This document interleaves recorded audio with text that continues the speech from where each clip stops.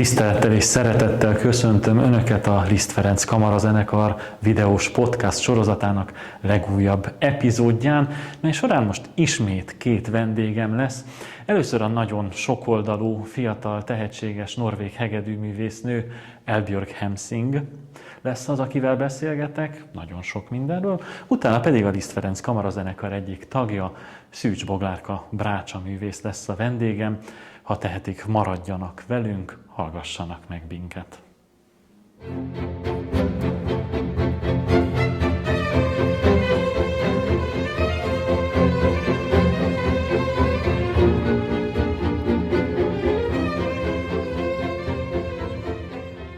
I warmly welcome you and thank you for accepting our invitation to this conversation.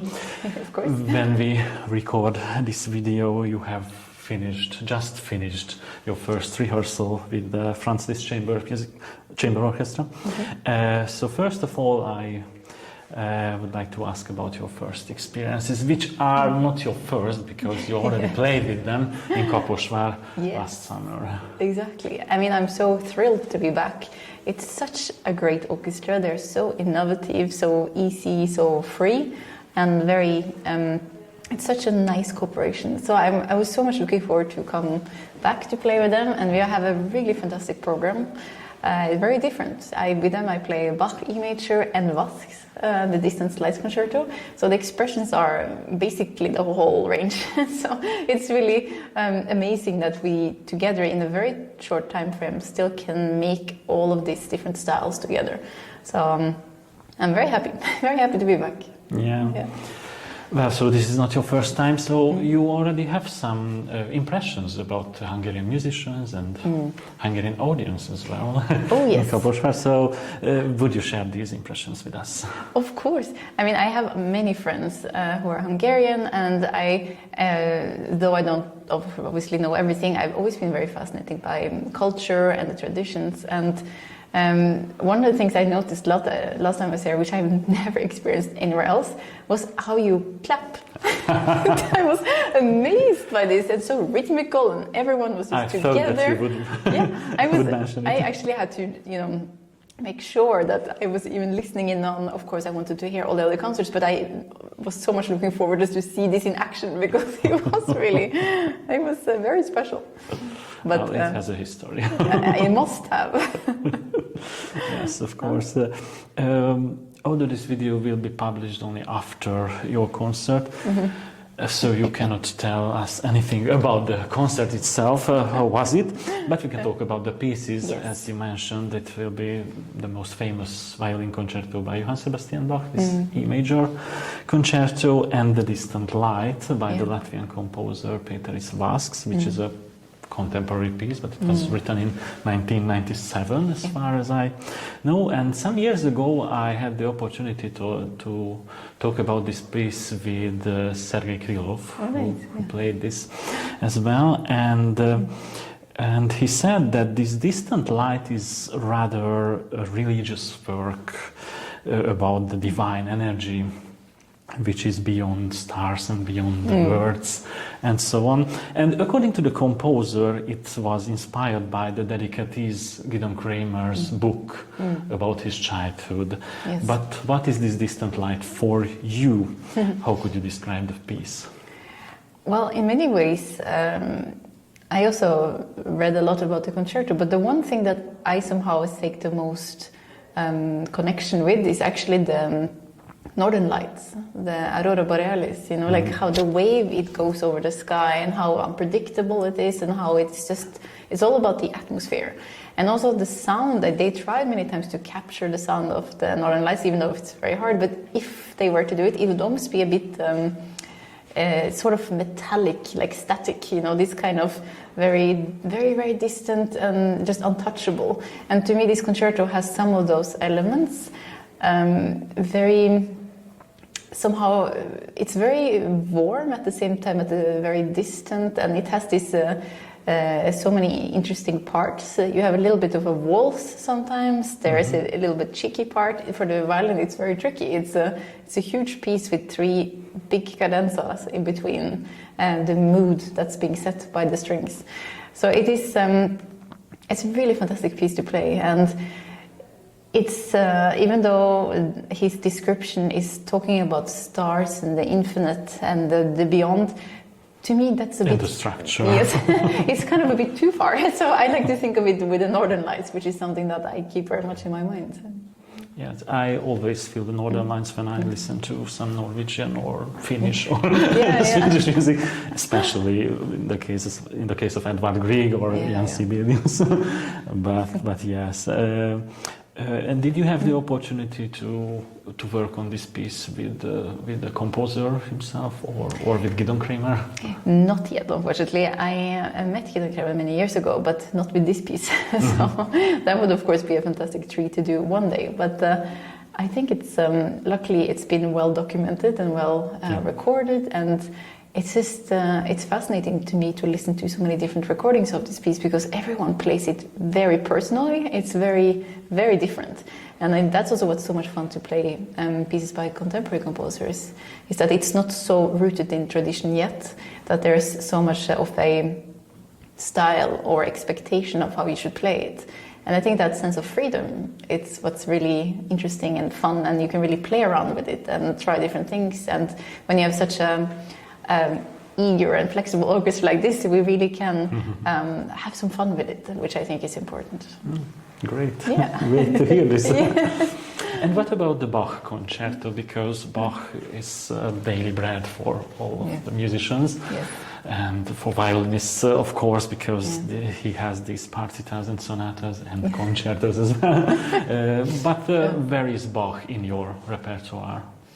Well, I really love playing Bach. To me, this is like, cleansing your soul. It's so pure, it's so structured, it's so melodically and harmonically makes so much sense. You can always know what's expected in a way. Of course, he was writing some of the most great music, and the E major concerto which we're playing, it's one of those pieces that I learned very young, and I just carried with me through my life so far. It has a very clear first movement. It's E major, very happy, and has a lot of interplay between the solo violin and the cello, a lot of duets going on, and then of course the whole orchestra is joining in. It's quite clear structure, and then it's, I think, one of the most touching and beautiful second movements. It makes your heart break, I can tell you. It's super, super touching. And then there's a very short last movement, which is showcasing more of the dance styles that the Bach were using. So this one is in 3/8, and it's very catchy. It's very like rocking almost. So it's a really fun concerto to play, and I think it's just music that makes people happy, except second movement. But it still has, it's a very touching music also. After crying, you need some happiness. It comes happiness, of course. Yeah. In Hungary, there used to be a view that only Hungarian musicians can play, for example, Béla Bartók's music in an understanding way because of the folk songs and their prosody and so on. Although this has nowadays been refuted by musicians even here, fortunately. Have there been any similar views about Norwegian music, for example, Eldbjørg Hemsing, that only Norwegian musicians can play Greek's pieces well? What do you think about this question? And I ask this knowing that you had a podcast series about Norwegian and Nordic sounds and Nordic culture. And as far as I know, you play your national instrument, the Hardanger fiddle, as well. I do, yes. So many questions in there. Yes, so in one question about Norwegian. About Norway. So to start with your first question, I mean, I can recognize some of the same thoughts.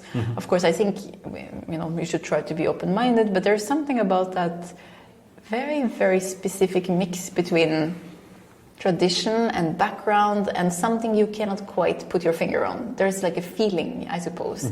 And I guess it might be the same here also with Bartók and other composers. It's not that other people cannot play it, but I think there's a bigger question of how to understand it and how it fits into how you're used to hearing it.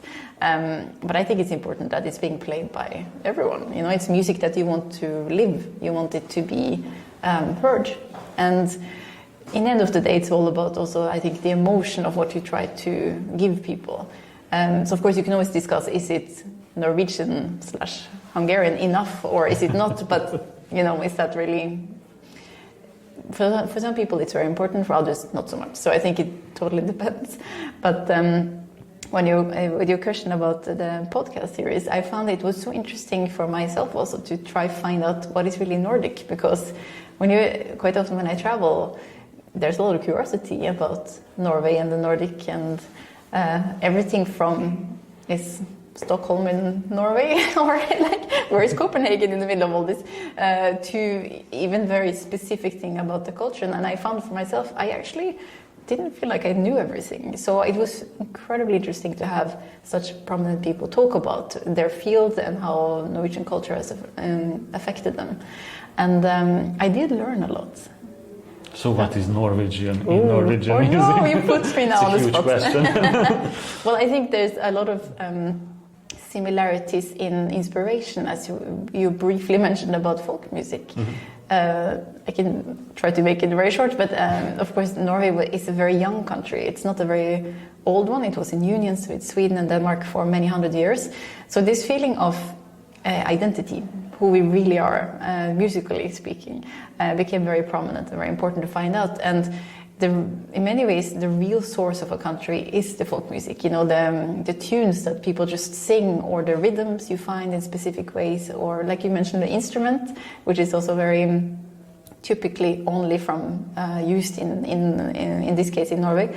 So the folk music part is absolutely vital in defining the sound of the country.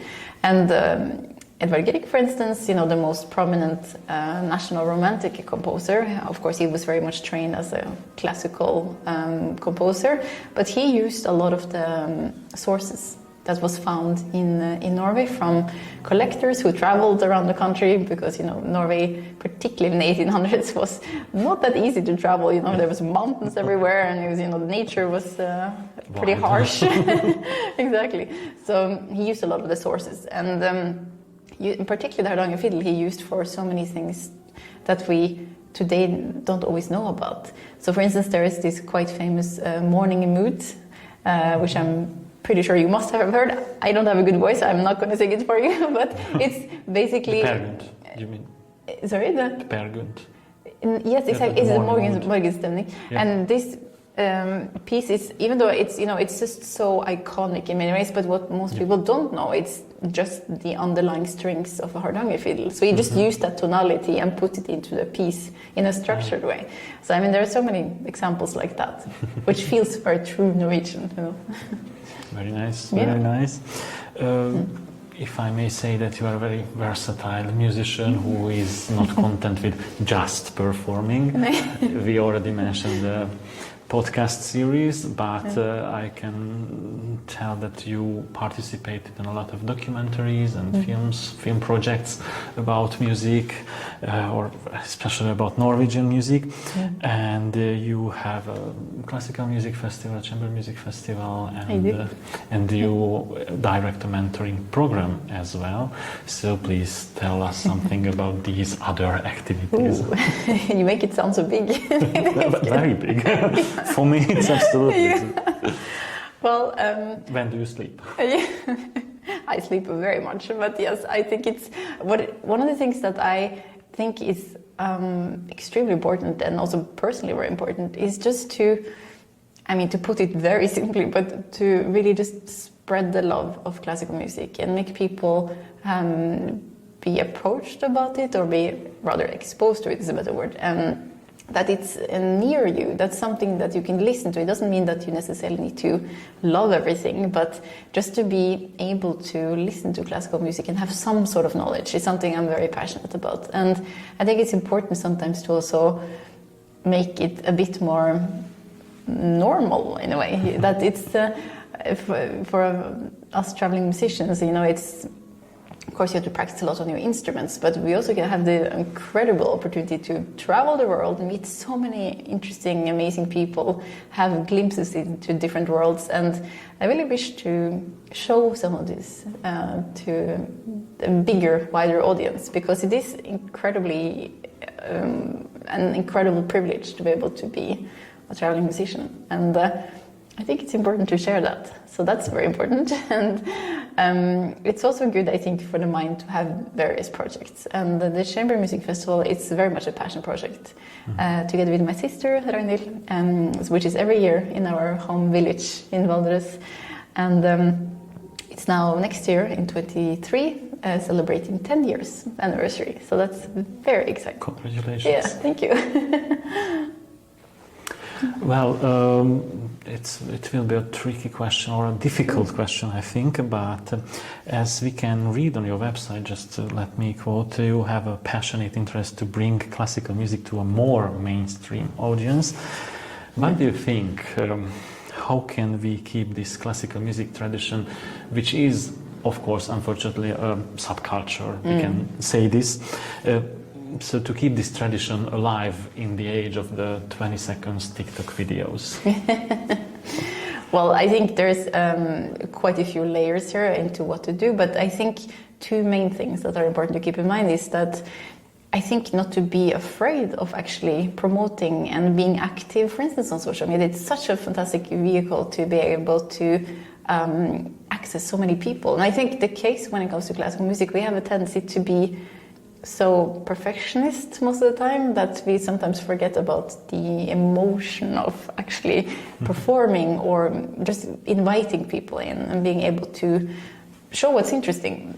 And then the second part, I think the whole term of classical music, it's for some people it's very clear. It's Mozart, Beethoven, Brahms, and maybe some contemporary things, but it's quite small. Yeah. And then now, I mean, if you think about what do people listen to, they listen to music in movies, they listen to music in games, and it's very much more a melodic, vocal, maybe just a different direction. And I think we cannot just take this away and pretend like it's not important. And there's so much fantastic music that can come out of this. So I think there's an openness on both sides. That's quite important. At the same time, of course, keeping the traditions of centuries of fantastic music. So it's many things that can be said about these questions, but I think starting there is also important. Yeah. Last but not least, let me ask about your instrument, which is a fantastic Stradivarius violin from 1707. Yes. I mean, it's like you said, it's a fantastic instrument, and I'm so beyond grateful to have this particular violin. It's lent to me by Dexter Musica, which is part of the Sparebankstiftelsen in Norway, and it's just the most incredible instrument. It's so rich and dark and light, and it has the whole color palette. And I love playing on it, and I really love also being able to discover more as I play different repertoire and different things, and I feel like we are growing it together. So that's a really amazing feeling. Thank you very much for this inspiring and electrifying conversation. Thank you. Thank you again to accept our invitation, and good luck, not just with this concert, but all your future projects. Thank you so much. Thank you for having me. Következő vendégem Szűcs Boglárka, a Liszt Ferenc Kamarazenekar brácsása. Köszöntelek nagy szeretettel, köszönöm, hogy elvállaltad egy fárasztó nap végén, próbák után még ezt a beszélgetést ehhez a podcast sorozathoz. Először engedd meg, hogy kapcsolódjak az előző beszélgetéshez Eldbjørg Hemsinggel, és róla kérdezek, hiszen már játszottatok korábban is együtt a tavalyi Kaposfesten, és most már megvoltak az első próbák az idei projekttel is a két művel. Mesélj erről, milyen a közös munka, milyen muzsikusnak, milyen embernek ismerted meg őt? Hát, ahogy felvezetted, igen, egy nagyon intenzív időszakon van túl a zenekar, és mindenki eléggé fáradt, de amikor elkezdtünk vele próbálni, mert korábban nélküle próbáltuk a kíséretet, akkor mindenki elég fáradt volt, de amikor ő megjelent, akkor egy ilyen ezzel az üde megjelenésével azonnal mindenkit feldobott, és nagyon jó és egyszerű vele dolgozni, nagyon érthető gesztusai vannak, amivel könnyű rákapcsolódni arra, amit ő játszik. Beszélj erről az intenzív időszakról is, hiszen azért a közönség lehet, hogy csak a budapesti koncertekről tud. de mi mindent csináltatok, turnéztatok, ha jól tudom. Így van. Volt egy koncertünk Barcelonában, aztán a következő napon pedig Madridban. Csodálatos közönségnek játszhattunk, úgyhogy mindenkit nagyon feldobott ez a tapasztalat. A Covid miatt elmaradtak ezek a turnék, és azt hiszem, hogy mindenkit felfrissítette ez az új közeg, új impulzusok, és mi tagadás, nagyon elfáradtunk. Tehát 2 ilyen intenzív koncert nagyon sok energiát emészt fel, és ma hajnalban értünk haza. Tehát tényleg igencsak fáradtan kezdtünk neki ennek a napnak, de a végére úgy azt hiszem mindenki úgy felfrissült. Akkor nem sokat sikerült aludni ezek szerint az éjszaka folyamán. A honlapon található bemutatkozásod egyik bekezdése úgy indít, a brácsa soha nem tetszett. Aztán mégis most, mint a zenekar brácsásaként beszélgetek veled, aki brácsaszakon is szerezte meg a diplomáját természetesen a Zeneakadémián. Kérlek, meséld el röviden a történetedet ezzel a hangszerrel, hogy lett végül is brácsa, hogyan lettél brácsás?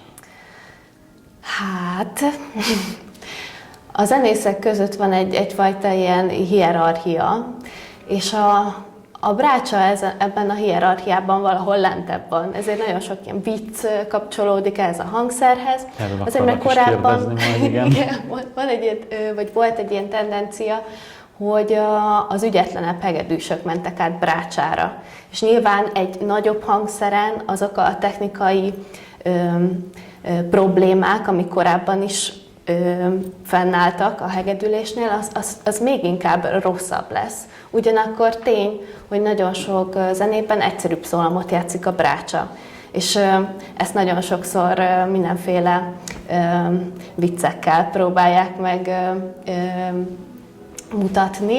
Így jöhetett, így alakulhatott ki ez a brácsások lenézése dolog vajon? Hát igen, azért tényleg nagyon sok zenében egy egyszerűbb szólamot játszik, másfajta funkciót tölt be, általában kíséri a hegedűt, ugyanakkor én azt is gondolom, hogy ez egy nagyon inspiráló szerep, tehát nagyon összetett, és ez nagyon izgalmas tud lenni. Hát én is hegedűsként kezdtem, és egyszer a tanárom megkérdezte, hogy milyen hangszíneket keresek a hangszeren, és mondtam, hogy hát én a sötétebb tónusokat, és hogy igazán ezt a mély búgó hangot szeretem, és akkor mondta, hogy hogy erre van egy hangszer, úgy hívják, hogy brácsa. És akkor ez nagyon rosszul esett, hiszen, mint említettem, ez a fajta hierarchia, ez fennállt, hogy te jóisten, akkor nem vagyok elég jó ahhoz, hogy hegedűs legyek, és így mondja. Aztán kipróbáltam, és azonnal éreztem, hogy ez az én hangom, és hogy ezt akarom csinálni. Úgyhogy ez tényleg egy ilyen megváltás volt nekem, ez egy ilyen kulcs momentum az életemnek. De ha már szóba kerültek ezek a brácsás viccek, végül is azt most egy kicsit elkezdtük pedzegetni, hogy vajon miért alakulhattak ki, de van-e kedvenced, vagy mindet igazságtalannak és fájónak találod? Nem tartom igazságtalannak, hogy van humorérzékem, és egyébként is én nagyon szeretem a szarkasztikus, ironikus humort. Ugyanakkor azt vettem észre magamon, hogy egy brácsás viccre sem emlékszem. Tehát, hogyha azt kéred tőlem, hogy idézek fel valamit, akkor egy ilyen védekező mechanizmus bekapcsol, és egyre sem emlékszem, de mindegyiket nagyra értékelem. Jókat nevetsz rajtuk, akkor Igen. Az legalább pozitív. Igen. Hogyan és mikor kerültél be a Liszt Ferenc kamarazenekarba? Milyen volt belecsöppenni egy ilyen nagy múltú együttes műhely munkájába? Nagyon izgalmas volt. Én 6 évvel ezelőtt voltam egy zenekari projektben. Valahonnan Ázsiából érkezett egy társaság, hogy mentorálja őket a zenekar.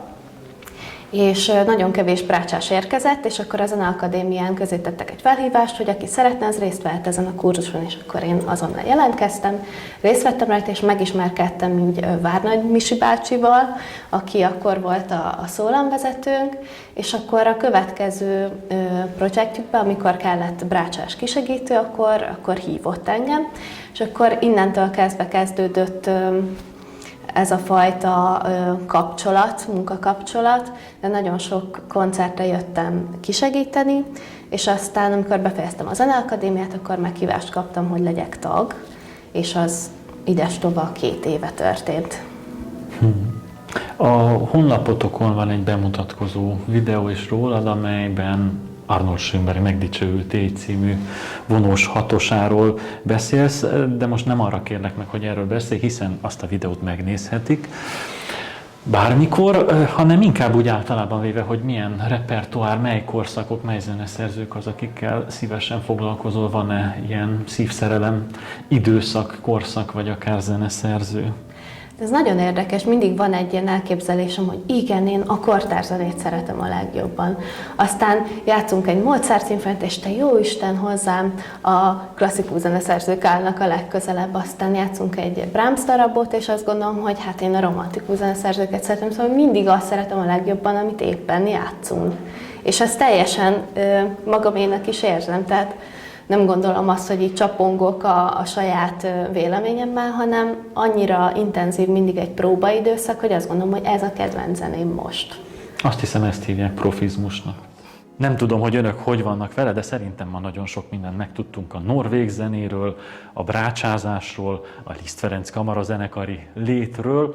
Tartsanak velünk majd legközelebbi alkalommal is. Még nem tudom, hogy ki lesz a vendégem, de nagyon nagy örömmel vennénk, ha önök javasolnának vendéget, és megpróbálunk majd ennek is eleget tenni. Nagyon szépen köszönjük megtisztelő figyelmüket!